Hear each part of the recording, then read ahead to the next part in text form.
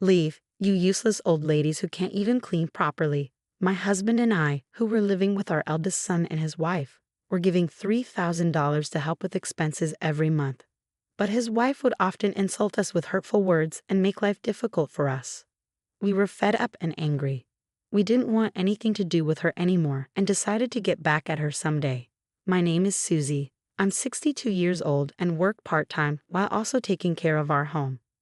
I live with my husband David, who is the same age as me. David works in an office and is a kind and serious man, so we have a stable income and rarely argue. Our son, Lawrence, is 32 years old. He's just like his dad, kind-hearted and responsible. After finishing university, he got a job at a private company and is working hard. 2 years ago, he married a woman named Emily, whom he met at work. However, it turned out that Emily was actually a very mean person. When we first met her, she appeared to be serious and nice. Lawrence assured us that she was hardworking at her job and had a good relationship with her bosses. Emily is 6 years younger than Lawrence, and although we weren't sure if they would get along, we trusted Lawrence's judgment. After they got married, Lawrence and Emily moved into their own apartment. Emily promised to take care of all the household chores so Lawrence could focus on his work. Lawrence seemed appreciative of her help. He often said, "Thanks to Emily taking care of everything at home, I can concentrate on my job." I'm grateful. My husband and I believed that our son had chosen a good wife. But Emily's true nature began to emerge gradually. We had a family gathering for New Year's, and when I saw Emily, I didn't even recognize her at first. She looked completely different. The last time I saw her, she had black hair and wore minimal makeup, appearing reserved. But now, she had transformed into a bold woman with pink hair, wearing loud bracelets on her wrists. She seemed like a whole different person. My husband, David, and the rest of our family were surprised by Emily's drastic change. Lawrence tried to smooth things over. "I'm sorry if this caught you off guard." I was also surprised when I came home from work one day to find Emily like this. But she manages the household well, and we don't have any problems. Plus, Emily is a full-time homemaker.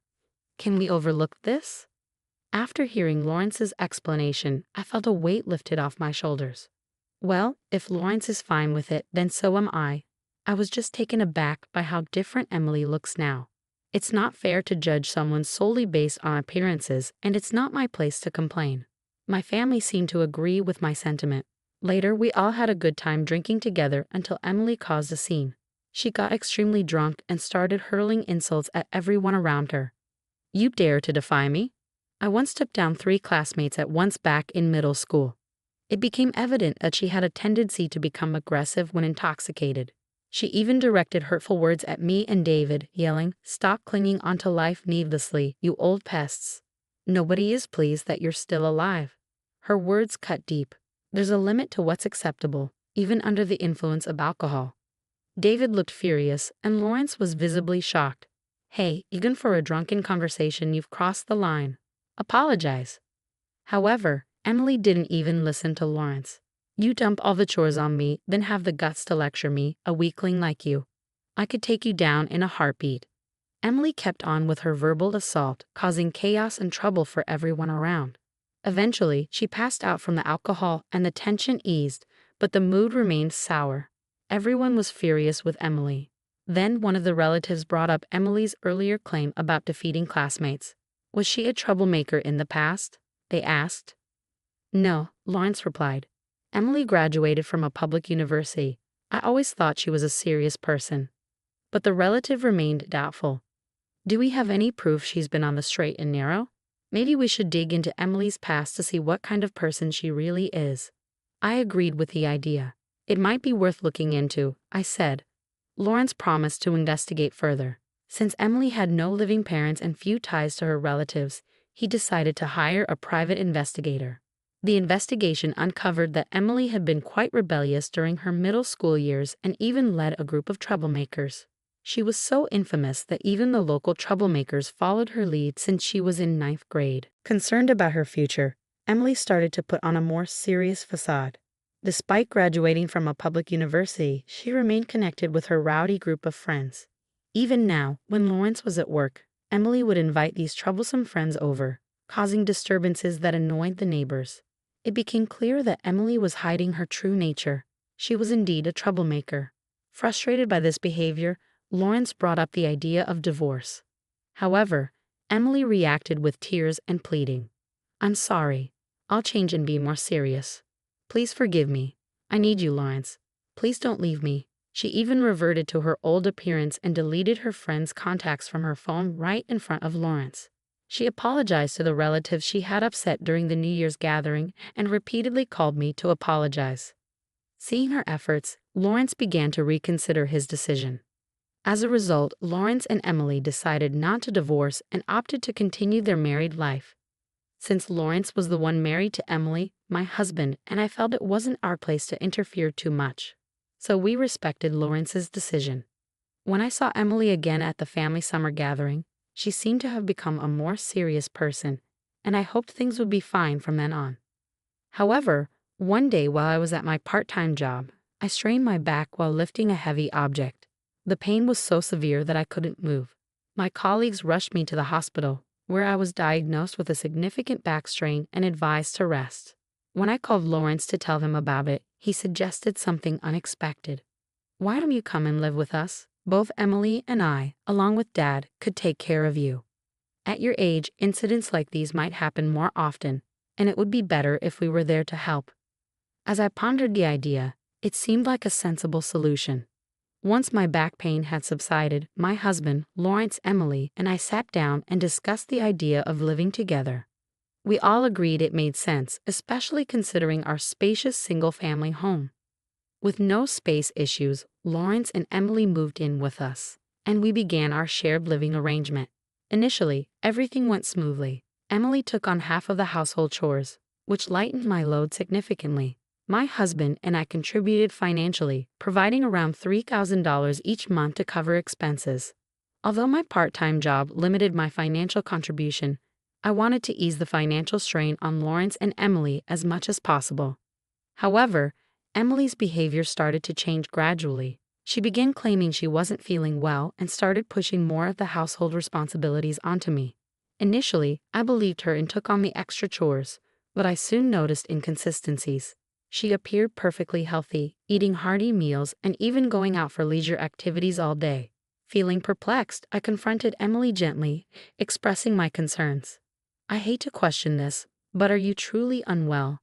You seem energetic and spend a lot of time outside." Emily's response was a fierce glare. "Why are you doubting me?" she snapped. "If you keep this up, I'll give you a piece of my mind."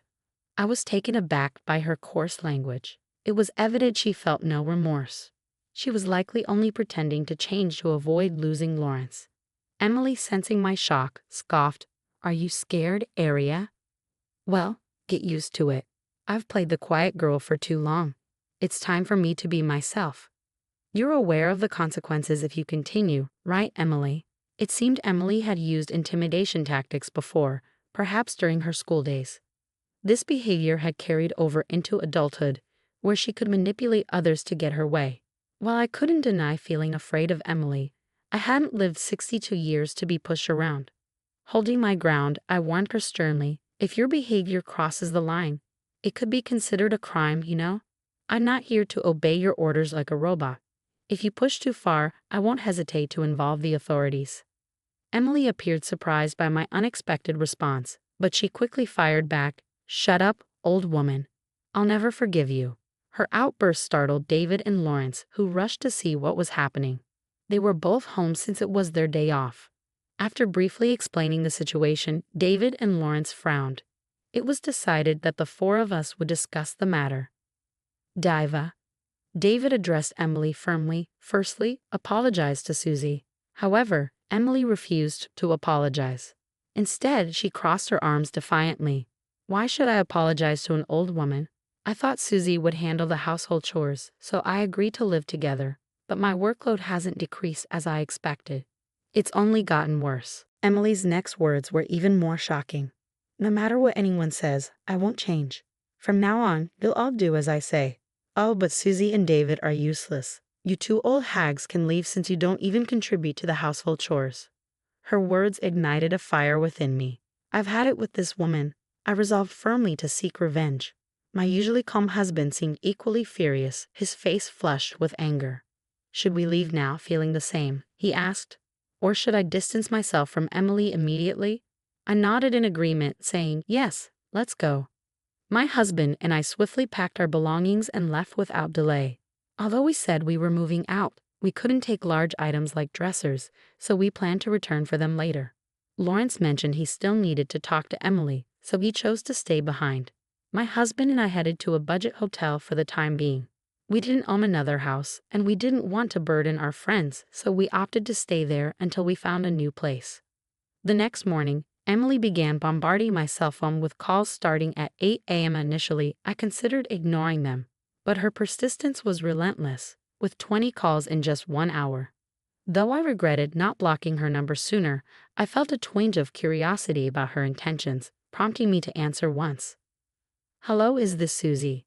Emily's voice sounded unnaturally sweet on the other end. Instantly, I sensed mischief brewing, and frankly, it gave me the creeps.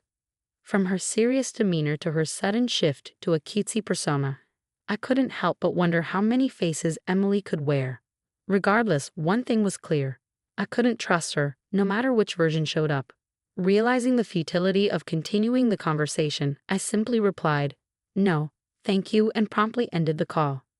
I blocked her number and barred her from all messaging apps to prevent further contact. My husband, observing my actions, followed suit.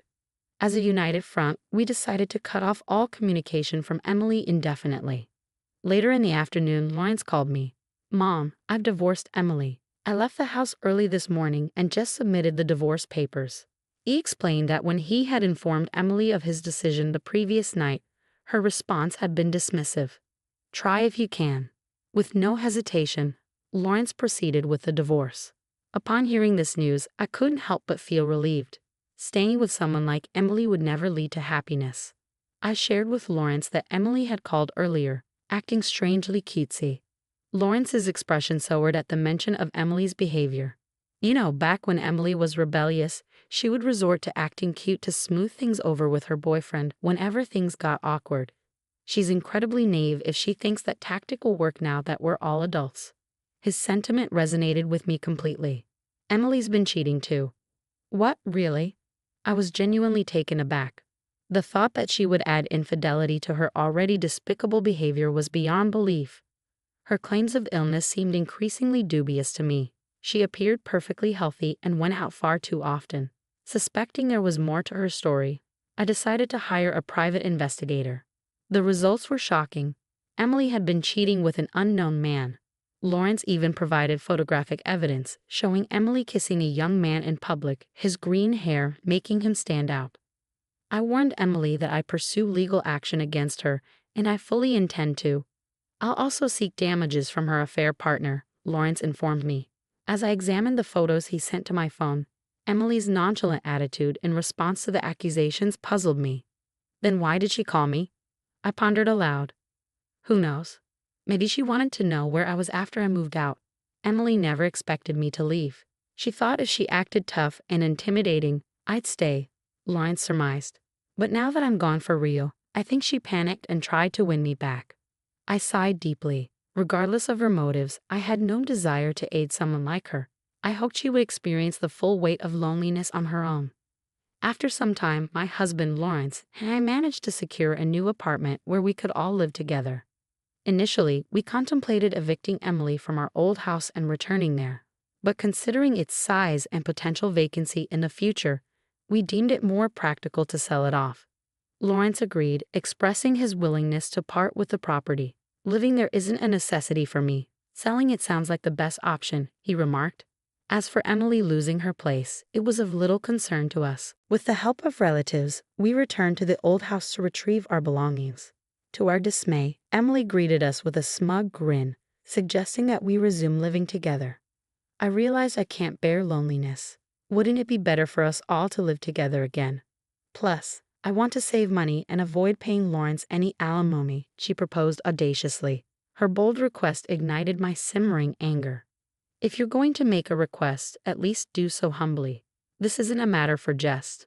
No matter how you plead, I won't entertain it, I snapped.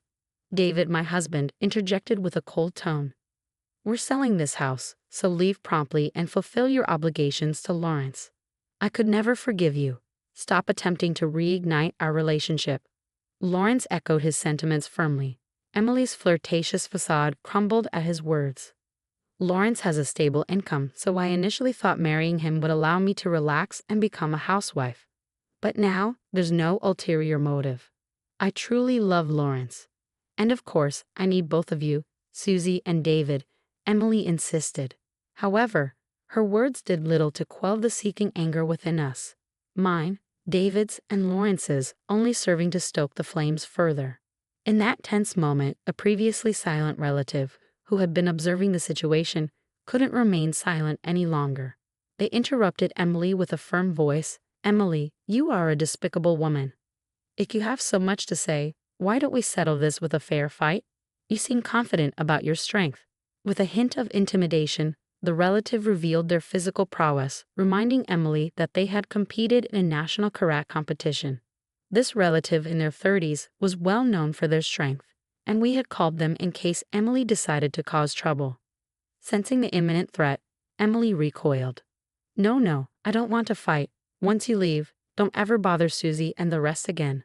Leave quickly, but before you do, offer a proper apology, the relative warned in a low voice, exuding an intimidating presence. Emily, subdued by the imposing atmosphere, acquiesced with a whimper. Emily's sudden change in demeanor caught us off guard as she swiftly replied, Yes, I understand. I'll leave immediately. I'll leave all my large belongings here. I'm truly sorry, she groveled. Good riddance. Packing her belongings and departing, the relative smirked. It was evident that Emily's tough facade crumbled in the face of those she perceived as stronger. As David, Lawrence, and I watched her retreat, we couldn't help but burst into laughter. With the nuisance finally gone, our moving preparations proceeded seamlessly, and we successfully relocated to our new home without any trouble. Following her departure, Emily rented an apartment and began living alone. True to Lawrence's warning, he filed for alimony, which Emily and her lover promptly paid, likely due to the involvement of a lawyer. It appeared that Emily couldn't stand up to someone with greater power, as my relative had predicted. Since then, I've kept my distance from Emily, but I've heard about her activities through various sources. News reports and conversations with acquaintances have painted a picture of Emily's life following her departure. Initially, Emily depleted most of her savings to fulfill her alimony obligations. With plans to marry her former affair partner and rely on his income, she was left in the lurch when he severed all ties. Desperate for stability, she attempted a job at a private company only to quit abruptly after clashing with her boss. In a shameless bid for financial support, she approached me, my husband, and Lawrence at our workplaces, but we steadfastly ignored her pleas, causing her to eventually give up. Facing mounting debt and rejection from her former associates, Emily's desperation led her to assault one of her gang members in a fit of rage, resulting in her arrest and subsequent imprisonment. My husband, Lawrence, and I couldn't help but feel that she had reaped what she sowed. Emily had a history of troublemaking, never showing any remorse for her actions. It seemed only fitting that she face the consequences of her behavior behind bars, where she could hopefully reflect on her choices.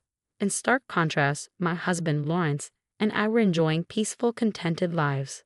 The three of us lived harmoniously together, and we even had plans for a trip on our next extended weekend. Our apartment offered the convenience of easy cleaning and proximity to the station, making it a wise choice for our new home. We were determined to continue cherishing our tranquil existence as a family of three.